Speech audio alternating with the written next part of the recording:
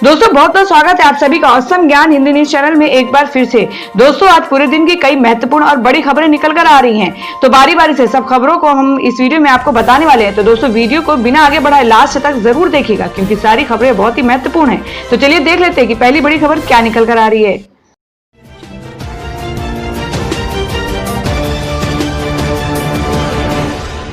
तो दोस्तों आज की पहली बड़ी खबर में जान लेते हैं क्या है देश भर में कोरोना संक्रमण के ताजा हालात। भारत में 7 लाख से अधिक हुई कोरोना पॉजिटिव मामलों की संख्या।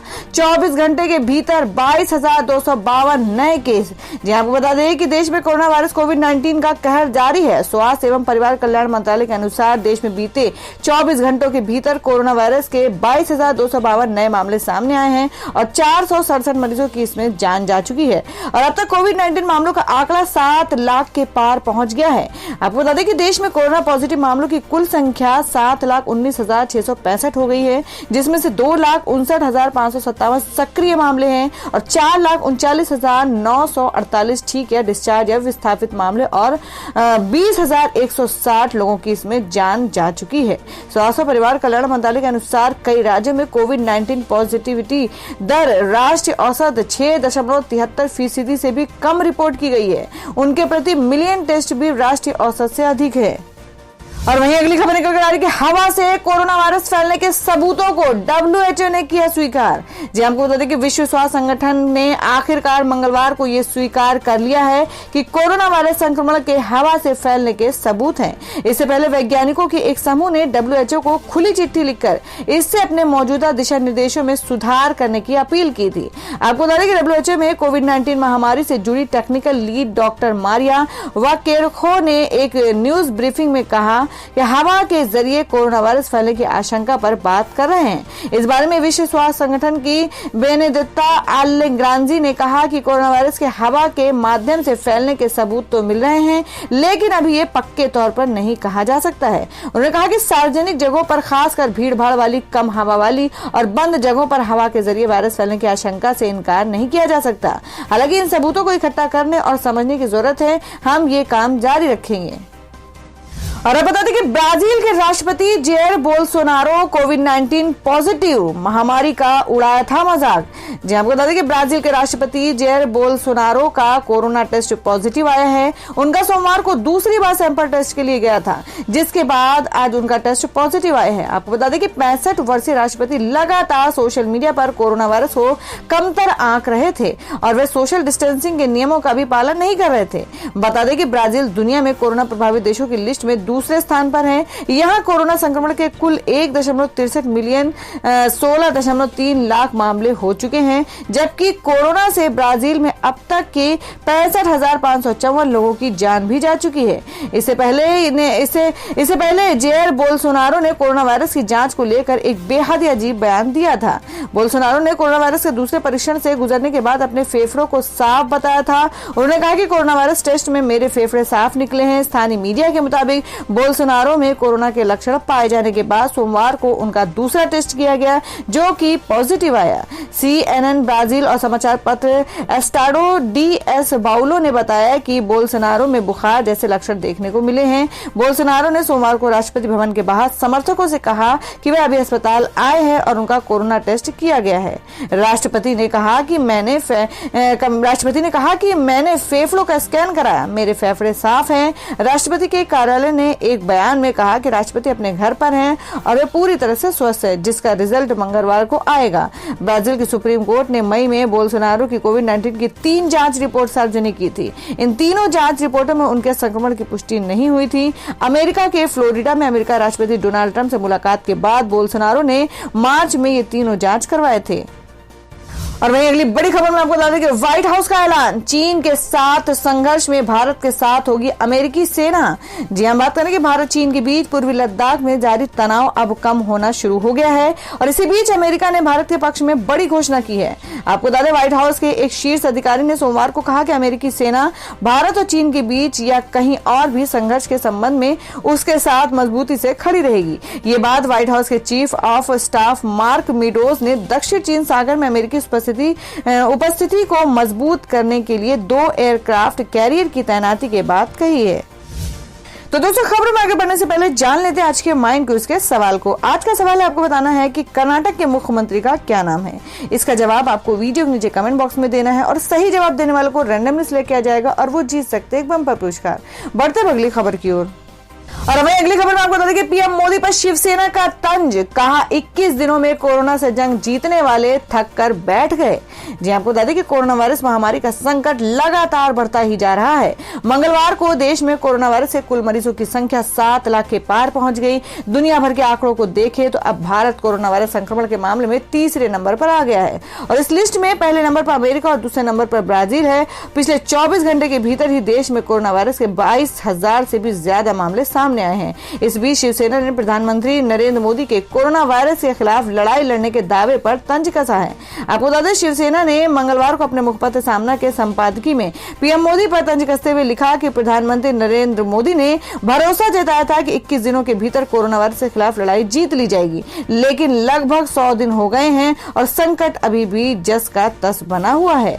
कोरोना वायरस के खिलाफ लड़ाई महाभारत के पौराणिक युद्ध की तुलना में कहीं ज्यादा मुश्किल है और ये लड़ाई 2021 तक जारी रहेगी, क्योंकि उससे पहले इस बीमारी का टीका बन नहीं पाएगा।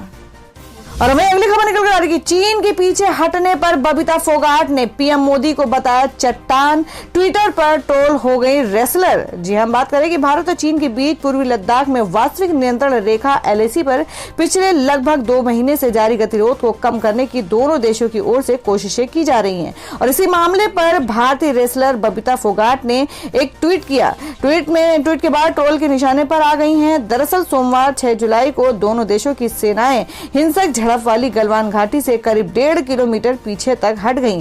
चीन को झुकाने में भारत को मिली इस सफलता पर देश में खुशी जाहिर की गई थी।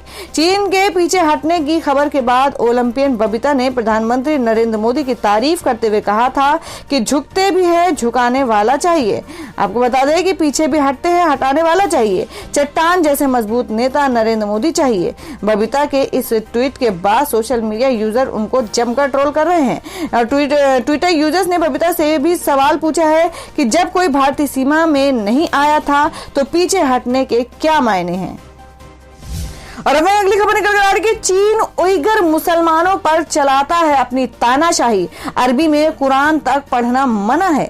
जी, आपको बता दें कि चीन की मुसीबतें कम होने का नाम नहीं ले रही हैं। कोरोना से परेशान दुनिया भर के देश पहले से ही चीन के खिलाफ हुए हैं। हांगकांग में सुरक्षा कानून लागू किए जाने के बाद से ही वहां के हजारों लोग सड़क पर उतरे हुए हैं। वो इसे मानना नहीं चाहते हैं। अब बता दें आपको कि अब चीन की उइगर मुसलमान भी चीन के खिलाफ हैं। दरअसल चीन की कम्युनिस्ट पार्टी वहां रहने वाले उइगर मुसलमानों पर भी तरह तरह के जुल्म ढाती है। यहाँ उनको अपने इस्लाम का पालन करने तक में मनाही है। यहाँ की मस्जिदों पर अरबी में उनका नाम तक लिखना मना है। जो कुछ भी लिखा होगा वो चीनी भाषा में ही लिखा जाएगा। यहाँ तक कि कुरान को भी अरबी में पढ़ना मना है। मुस्लिमों के लिए उसे भी कम्युनिस्ट सरकार चीनी भाषा में अलग से छपवाती है और अपने ऊपर तमाम तरह से कम्युनिस्ट पार्टी की ओर से किए जा रहे जुल्मों के खिलाफ अब उइगर मुसलमान अंतर्राष्ट्रीय क्रिमिनल कोर्ट की शरण में जाने का मन बना रहे हैं और अंतर्राष्ट्रीय कोर्ट में वो अपने ऊपर कम्युनिस्ट पार्टी की ओर से किए जा रहे इस तरह के जुल्मों से अवगत कराएंगे। आपको बता दें कि कम्युनिस्ट पार्टी यहाँ मुसलमानों को उनके हिसाब से नमाज तक अदा नहीं करने देती है। और वहीं अगली खबर बता दें कि सपा अध्यक्ष अखिलेश यादव ने कहा कि अपराध, बेरोजगारी, अन्याय व खराब शिक्षा में यूपी नंबर 1। जी, हम बात करें कि समाजवादी पार्टी के राष्ट्रीय अध्यक्ष व यूपी के पूर्व मुख्यमंत्री अखिलेश यादव ने कहा कि मुख्यमंत्री ने अपने अलादीन के चिराग से उत्तर प्रदेश को हर मामले में नंबर 1 बना दिया है। सत्ता संरक्षित अपराधों में नंबर 1, रोजगार विनाश में नंबर 1, कोरोना की धीमी जांच में नंबर 1, किसानों की बदहाली में नंबर 1, बीमार स्वास्थ्य सेवाओं में नंबर 1, गड्ढा युक्त सड़कों में नंबर 1, जातिगत भेदभाव में नंबर 1, खराब शिक्षा में नंबर 1 और अन्याय से भी उत्तर प्रदेश अब नंबर 1 पर है। आपको बता दें कि सपा अध्यक्ष अखिलेश यादव ने मंगलवार को जारी बयान में कहा कि भाजपा सरकार में किसान सबसे ज्यादा परेशान है। किसानों को प्रधानमंत्री फसल बीमा का लाभ नहीं मिल रहा है। वे बीमा कंपनी के छलावे के शिकार है। खड़ी फसल को अन्ना पशु बर्बाद कर रहे हैं। बिजली कटौती से खेतों में बुआई के कामों में बाधा पड़ रही है, जबकि बाजार में बिचौलियों की वजह से सब्जियों के दाम बढ़ गए हैं। सपा अध्यक्ष ने कहा कि देश में पहले से ही बेकारी चल रही है, कोरोना काल में इसमें और ज्यादा वृद्धि हुई है। तो दोस्तों, आप लोगों को क्या लगता है जो उत्तर प्रदेश के पूर्व मुख्यमंत्री ने कहा है, क्या उनका कहना सही है? आप अपना सुझाव कमेंट बॉक्स में जरूर दें। बढ़ते हैं अगली खबर की ओर। और हमें आपको अगली बड़ी खबर बता दें कि पवार ने कहा कि जवानों का हौसला बढ़ाने 1962 में नेहरू LAC गए थे। पीएम मोदी ने भी यही किया। जी आपको बता दें कि चीन के साथ line of actual control LAC पर लगभग 2 महीने तक तनातनी चली। दोनों देशों के बीच सेनाएं आमने सामने रहीं। गलवान घाटी में चीन के साथ हुई हिंसक झड़प में 20 जवान शहीद हो गए, जिसके बाद दोनों देशों के बीच तनाव और बढ़ गया। हालात युद्ध जैसे बनने लगे और इन सब के बीच प्रधानमंत्री नरेंद्र मोदी ने लेह के अग्रिम मोर्चे नीमू पर जाकर सैनिकों को संबोधित किया और अस्पताल पहुंचकर गलवान की झड़प में घायल सैनिकों का हालचाल जाना था। और पीएम के दौरे को लेकर कांग्रेस ने तंज कसते हुए नीमू को टूरिस्ट स्पॉट बताया था, लेकिन महाराष्ट्र की गठबंधन सरकार में उसकी सहयोगी राष्ट्रवादी कांग्रेस पार्टी NCP के अध्यक्ष शरद पवार की राय बिल्कुल जुदा है। पीएम मोदी के लेह दौरे को शरद पवार ने सैनिकों को प्रेरित करने वाला कदम बताया है। समाचार एजेंसी ANI के अनुसार शरद पवार ने कहा कि साल 1962 के युद्ध में चीन से हारने के बाद तत्कालीन प्रधानमंत्री जवाहरलाल नेहरू और रक्षा मंत्री यशवंत राव चौहान भी LAC पर गए थे।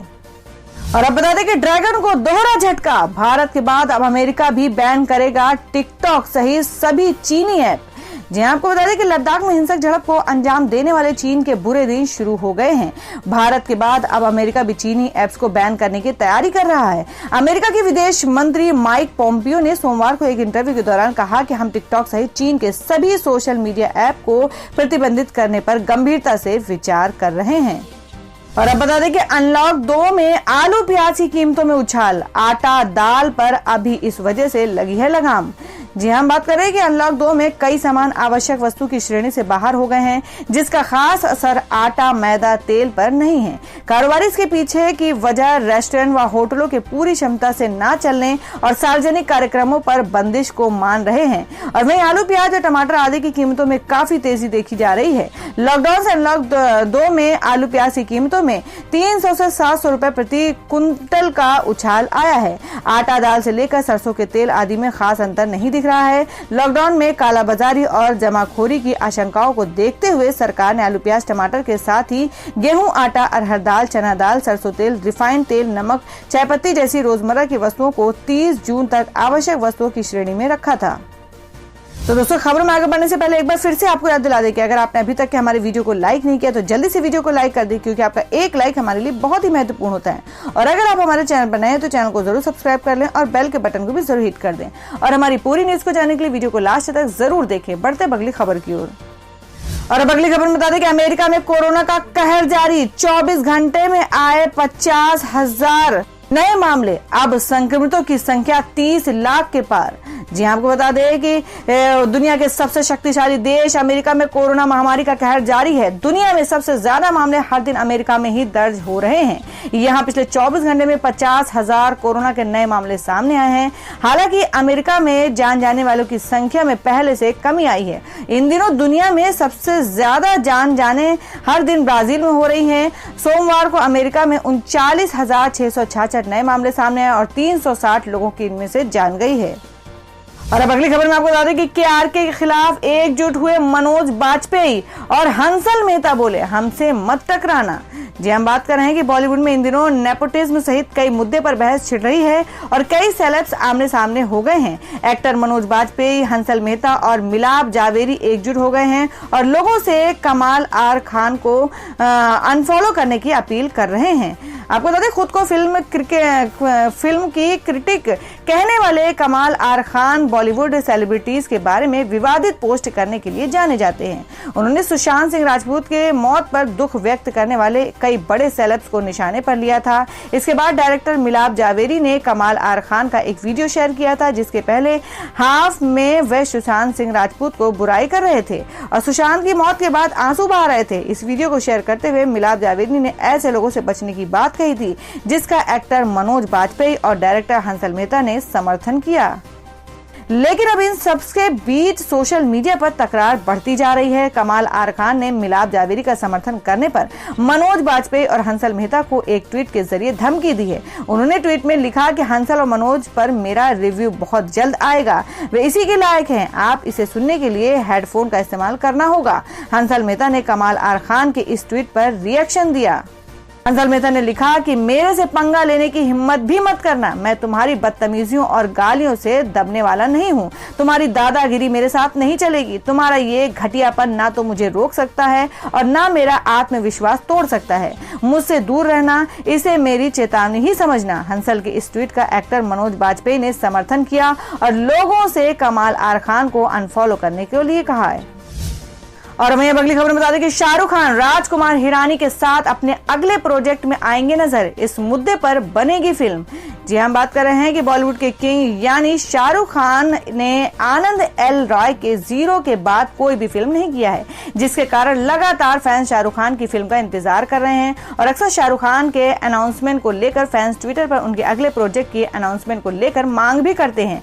और वहीं अब शाहरुख खान की अगली फिल्म को लेकर ये खबरें आ रही हैं कि एक्टर राजकुमार हिरानी के साथ फिल्म करते नजर आएंगे।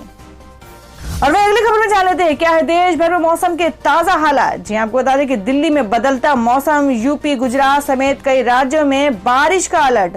जी हम बात कर रहे हैं कि देश की राजधानी दिल्ली के कई इलाकों में मंगलवार को हल्की बारिश होने से मौसम सुहावना हो गया है। और वहीं उत्तर प्रदेश समेत कई राज्यों में मौसम विभाग ने बारिश का अनुमान जताया है। आपको बता दें कि बारिश से मौसम सुहावना होने के साथ तापमान में गिरावट दर्ज की गई है और दिल्ली के आसमान में आज मंगलवार यानी कि दिन भर बादल छाए रहे हैं और साथ ही ठंडी हवाएं भी चल रही हैं।